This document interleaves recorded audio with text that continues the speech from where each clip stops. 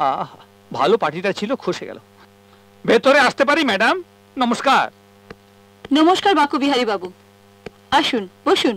সেরেস্তায় ঢের কাজ আছে, বসবার একদম উপায় নেই, তবুও বলছেন বলে আমি বসছি। বলুন, টেলিফোন করে কেন ডেকেছেন?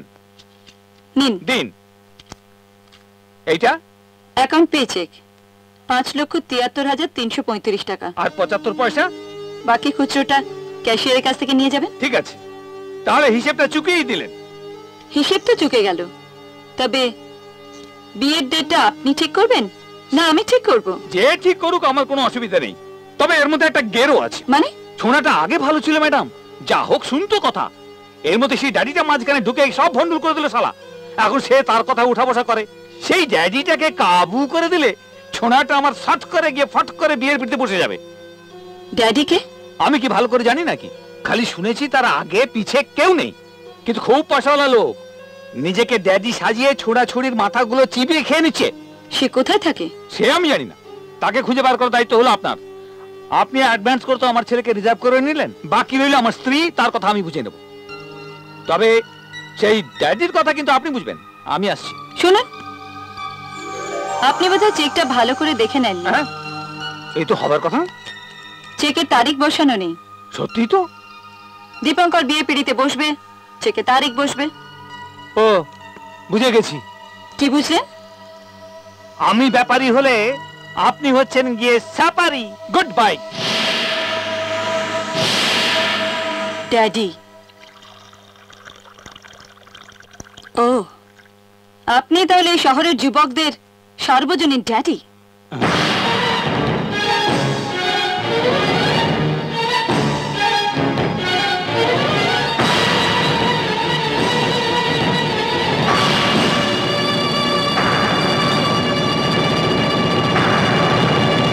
মোহিনী? না, মিসেস চৌধুরী। মিসেস চৌধুরী মানে স্বর্গত সুদাম চৌধুরী বিধবা পত্নী।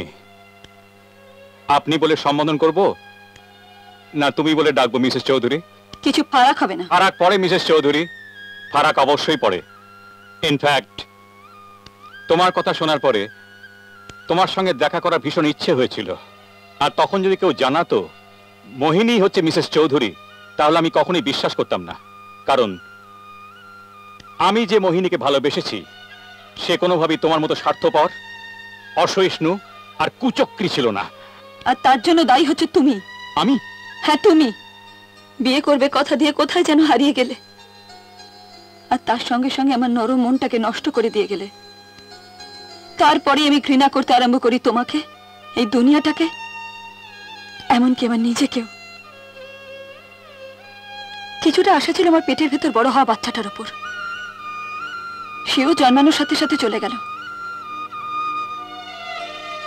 আজ সে যদি বেঁচে থাকতো তাহলে আমি কখনোই মিসেস চৌধুরী হতাম না। তোমার সেই বাচ্চার কথা মনে পড়ে মোহিনী? প্রথম যৌবন, প্রথম প্রেম, প্রথম সন্তানকে কোনো নারী ভুলতে পারে না প্রকাশ। জন্মানোর পরে মাত্র কয়েক মুহূর্তের জন্য আমি তাকে দেখেছিলাম। ক্ষণিকের জন্য তার কান্না আমার কানে পৌঁছেছিল। তারপর আমি জ্ঞান হারাই। জ্ঞান ফেরার পর নার্স আমায় জানায় মেয়ে হয়েছিল। মাত্র 10 মিনিট বেঁচে মারা যায়। আজ এত বছর পরেও মাঝে মাঝে তার কথা আমার মনে পড়ে যায়।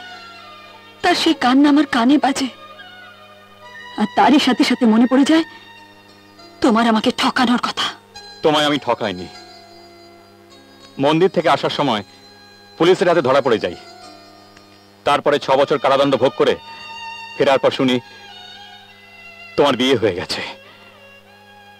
রিক্ত মন নিয়ে পারাদ্বীপ বন্দরে গিয়ে পৌঁছই। সেখানে আমার এক বন্ধু ছিল, একটা আমেরিকান জাহাজের হেড খালাসি, ফেডরিক। তারই সুপারিশে জাহাজে কাজ পেয়ে যাই। তারপর দীর্ঘ 20 কি 22 বছর কেটে যায়। প্যাসিফিক, আটলান্টিক, ইন্ডিয়ান ওশান, খালি সমুদ্র পাড়ি। প্রমোশন পেয়ে পেয়ে জাহাজের ক্যাপ্টেন, তারপর ওনারশিপ জাহাজ, সর্বহারা খেটে খাওয়া সন্ত্রাসবাদী নেতা যদি পুঁজিপতি হতে পারে, মোহিনীর মিসেস চৌধুরী হতে বাধা কোথায়? বাধা কোথাও নেই। তোমাকে আমি কখনই দোষ দেব না কেন আমার অপেক্ষা না করে তুমি বিয়ে করেছো। আমাকে অবাক করেছে তোমার এই বিভৎস বিকট রূপটাতে। বিভৎস বিকট? হ্যাঁ মোহিনী, এই কদিনের ভেতর আমি তোমার সব কথা শুনেছি। একটা নিরীহ সরল মেয়ের ওপর তোমার অত্যাচারের কথা আমার খালি বাজছে, আর দীপঙ্করকে জামাই করবার তোমার ঘৃণ্য চক্রান্ত সব আমি জেনে গেছি। আরো শুনতে চাইছো? দীপঙ্কর আর আমার মেয়ের বিয়েতে যে বাধা ছিল তা আমি সরিয়ে দিয়েছি। বাকি ছিল ড্যাডি মানে তুমি। আমি জানি দীপঙ্করের থেকে আরো ভালো পাত্রকে টাকা দিয়ে কেনবার সাধ্য আমার আছে, কিন্তু দীপঙ্করকে জামাই হিসেবে পাবার জেদ আমার সেই দিন থেকে বেড়ে গেল যেদিন আমি জানলাম আমার সতীনের মেয়ে ওকে ভালোবাসে। বর্তমানে সব কাটা আমি সাফ করে দিয়েছি। মিনাও অন্ধ হয়ে গেছে, আর বাকুবিহারী বসাকে আমি টাকা দিয়ে তার ছেলেকে কিনে নিয়েছি। তোমাকেও সাবধান করে দিচ্ছি, তুমি তোমার ড্যাডিপনা দেখিয়ে দীপঙ্করকে প্রভাবিত করার চেষ্টা করো না, তাহলে তোমাকেও আমি ছাড়বো না। ওই মেয়েকে আমার ছেলে বিয়ে করবে না। এই, তাকে আমি কথা দিয়ে দিয়েছি। আমিও আমার দীপুকে কথা দিয়েছি। কি কথা দিয়েছো? তার যাকে ইচ্ছা যেখানে ইচ্ছা সেখানেই বিয়ে করবে। লক্ষ্মী, কি হচ্ছে এসব? তোমরা মা বেটা মিলে আমার বিরুদ্ধে চক্রান্ত করছো। না, চৌধুরী গিন্নির সাথে মিলে তুমি যে চক্রান্ত করছো তাকেই আমরা ভন্ডুল করতে চাইছি। পারবে না, পারবে না। একবার দাম ফাইনাল হয়ে যাবার পরে কোনো ব্যবসায়ীটা বিক্রি করতে ছাড়ে না। আমার দীপু বিক্রি হওয়ার জিনিস নয়, তার দর ফাইনাল করার তুমি কে? সে কিছু করে না বলে তার যেমন কোনো দাম নেই, তেমনি বাবা হয়ে বাবার কর্তব্য করনি বলে তোমারও কোনো দাম নেই। বাবা হয়েও তুমি কসায় পরিণত হয়েছো। একদিন দেখো টাকার গদির উপর তুমি একা একা শুয়ে থাকবে, তুমি একা একা শুয়ে থাকবে, একা একা শুয়ে থাকবে।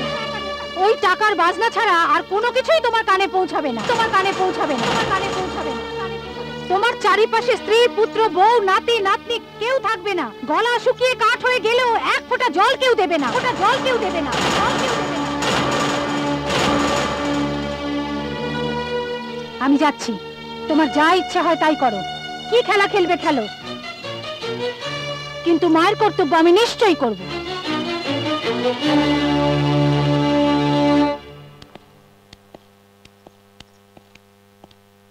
এই, তুই এই বাড়ি ঝিনা? কিরকম মুখ করেছে দেখো। আমার ঘর হলে এটাকে গলা টিপে মেরে ফেলে দিতাম। যা তোর মালিককে গিয়ে রাখ, বল বসাক বাবু স্ত্রী এসেছে। আরে আপনি? হ্যাঁ, আমি এসেছি, আমার সঙ্গে আমার দীপু এসেছে। আমরা কেন এসেছি জানেন তো?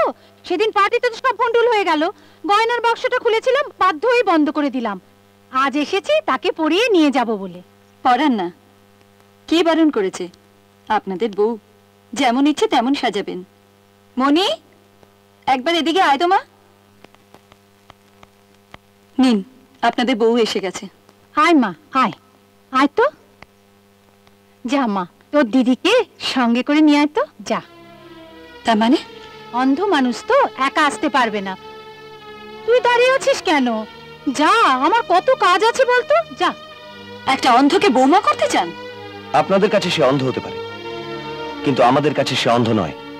সে আমার দৃষ্টিতে দুনিয়া দেখবে, আমার মায়ের দৃষ্টিতে সংসার দেখবে। তার চারপাশে সব সময় চার চারটে চোখই থাকবে। সে সুযোগ তুমি পাবে না দীপঙ্কর। তুমি বিক্রি হয়ে গেছো। তোমার প্রাপ্য দাম তোমার বাবা সুদে আসলে নিয়ে গেছেন। কিন্তু আমি তো প্রাপ্তি স্বীকার করিনি। আপনাকে কি রসিদ রেখে দিয়েছি? মোহিনী দেবী, একটা তারিখবিহীন চেক আমার হাতে ধরিয়ে তুমি যে সওদা করার চেষ্টা করছো না, সে সওদা আর হতে পারবে না। আমি পুরনো ব্যবসায়ী, ক্রেতার সঙ্গে কথা হলো, দরে পোষালো না, বিক্রিও হবে না। দর পোষালো না? কিভাবে পোষাবে? হ্যাঁ, কিভাবে পোষাবে? আমি যখন মৃত্যু শয্যায় শুয়ে থাকবো, আমার চারপাশে ঘিরে বসে থাকবে আমার পুত্র, আমার স্ত্রী, আমার বৌমা আর নাতি নাতনিরা। শেষ সময় তারা শুকনো গলায় আমাকে একটু একটু করে জল দেবে, শেষকালে একটু গঙ্গা জলও দেবে। আমায় কাঁধে নিয়ে শ্মশানে যাবে, আমার মুখে আগুন দেবে। আর তুই ভাবছো এত সব সুখ 5,63,335 টাকা 75 পয়সায় বিক্রি করতে পারবি? লোকে আমায় বলবে কি? বলবে আমি ব্যবসায়ী নই, ব্যবসায়ী জাতির একটা কলঙ্ক। এই এই নাও, এই নাও সেই 5,63,335 টাকা 75 পয়সা নাও। সবাই মিলে এখানে এসে নাটক হচ্ছে? না না না না, আমরা আমাদের বৌমাকে নিয়ে যেতে এসেছি। দীপু আপনাকে 4টে চোখের কথা বলেছে না, কিন্তু বর্তমানে তার পাশে 6টা চোখ রয়েছে। আমরা তাকে সঙ্গে করে নিয়ে যাব, আমাদের ওখানে তার বিয়ে হবে। না, সে যেতে পারবে না। তাকে আটকে রাখবার অধিকার তোমার নেই, কারণ তাকে তুমি জন্ম দাওনি। তার জন্মদাতা বাবাও বেঁচে নেই, নিজের ইচ্ছায় যাবার বয়সও তার হয়েছে। তাকে কে আটকায় আমি দেখছি। আরে তুই দাঁড়িয়ে কেন? যা আমার বৌমাকে নিয়ে আয়, আমি তাকে এই মুহূর্তে এখান থেকে নিয়ে যাবো। যা যা। এসো দীপুদা, আমি তো মনেই যাচ্ছি।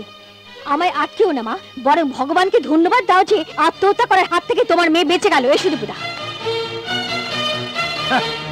বুঝলেন চৌধুরী ম্যাডাম, যে ঠিক জিনিস ঠিক দাম দিয়ে কিনতে পারে সেই হচ্ছে ঠিক ব্যবসায়ী। আপনি অর্ধেক মূল্যে পুরো জিনিসটা কিনতে চেয়ে ঠকে গেছেন।